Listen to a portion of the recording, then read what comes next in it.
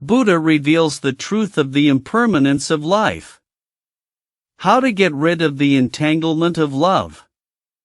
On the path of cultivation, if you want to be enlightened or reborn in the Western Pure Land, in addition to chanting the Buddha's name, you must also let go of all attachments. This all attachment mainly refers to our attachment to love in the human world. I receive many letters every day, which are nothing more than divorces, bereaved children, and sick family members. How painful it is to lose a child, how sad it is to divorce. Everyone lives for love, family love, friendship love, and husband/wife love. How can people get rid of the troubles of love? Today, I will tell you a story about how the practitioners in Sakyamuni Buddha's time treated love. What was the Buddha's teaching to them? After listening, you will definitely benefit from it. Since Sakyamuni Buddha came to Sravasti and preached to the public, the people in the city have become moral, polite, sensible, and considerate.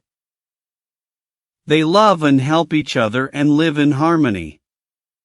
Sravasti almost became a pure land. When this news spread to other countries, in faraway Ravaka country, there was a heretic who admired the Buddha's power and virtue. Therefore, he gave up his ascetic practice and traveled a long distance to Sravasti, wanting to meet the Buddha and ask for his teachings. But before he met the Buddha, he encountered something that puzzled him. It turned out that Sravasti was a tropical place with many poisonous snakes. If bitten, you would die immediately. So in this place, many people were bitten to death by poisonous snakes. When the heretic walked outside the city, he saw a father and son working in the field. Suddenly, a poisonous snake emerged from the bushes and bit the son. Soon the poison took effect and he died. The father continued to work as usual. His son's death did not have a big impact on him. The heretic felt very strange and asked the old man, "Who is this young man?" "My son," the old man replied.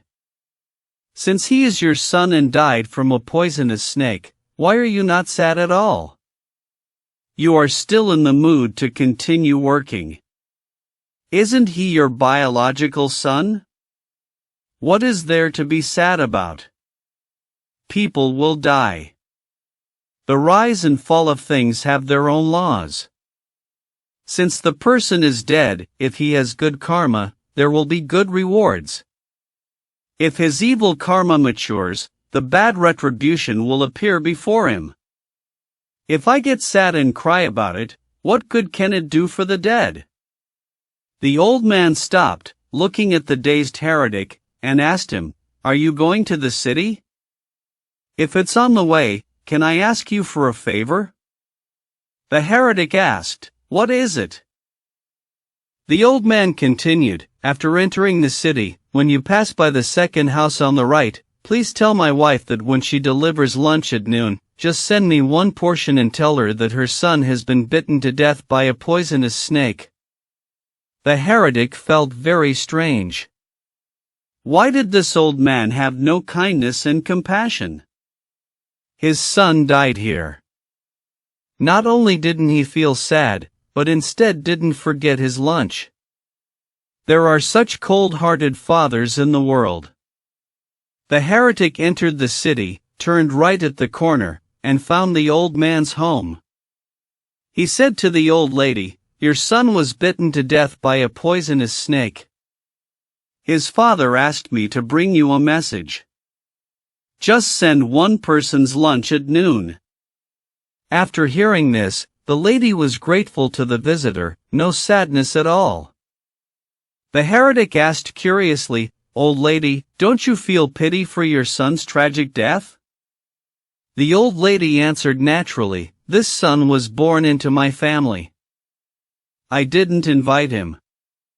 He wanted to come.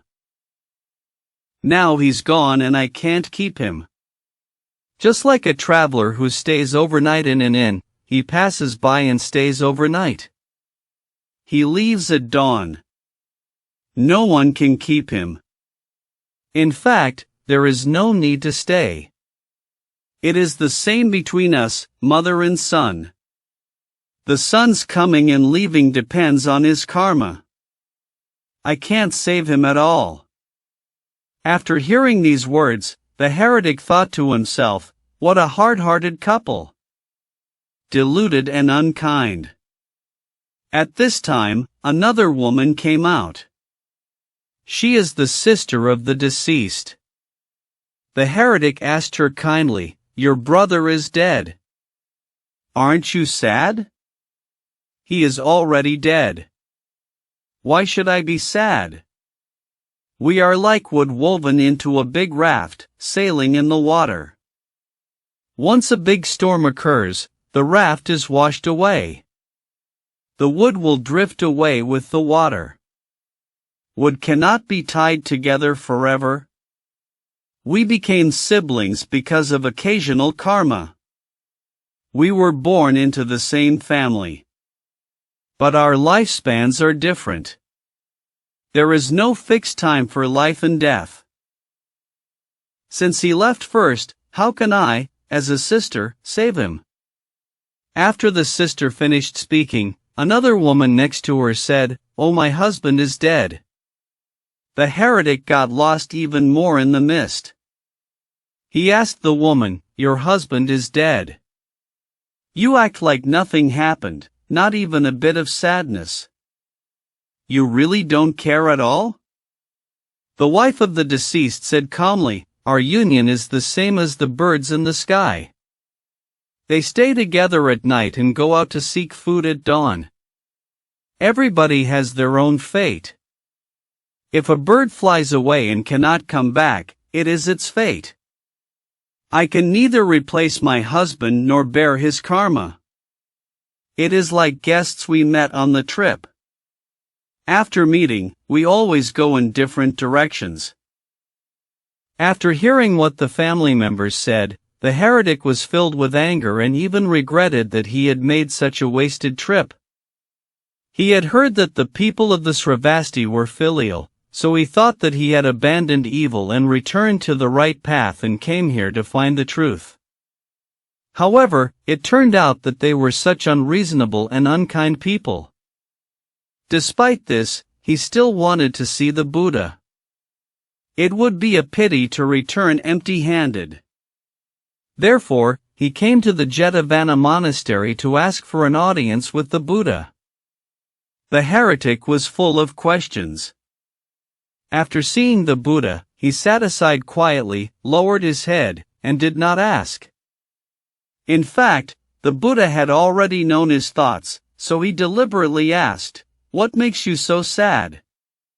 "Because my hope cannot be fulfilled and the things I encounter go against my heart, so I am sad." The heretic replied, "Oh, worry cannot solve problems. If you have any frustrations, just tell me." The Buddha said to him compassionately, "I came from afar because I admired the teachings of the Buddha in Sravasti.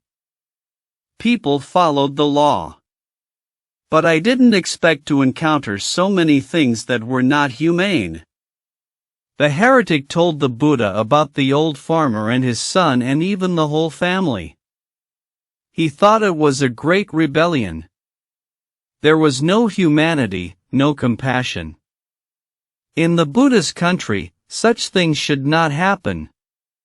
But the Buddha smiled and enlightened him, "That's not the way to say it.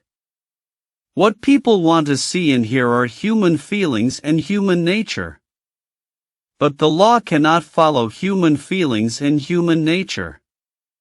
Purifying human nature and making it correspond to the truth is the most important thing. Practice." The family you saw was not wrong in terms of reason. They knew that life is impermanent. People cannot keep their physical bodies forever. Life is the same for all saints and ordinary people from ancient times to the present. When a person dies, everyone cries for him. What good is this for the deceased?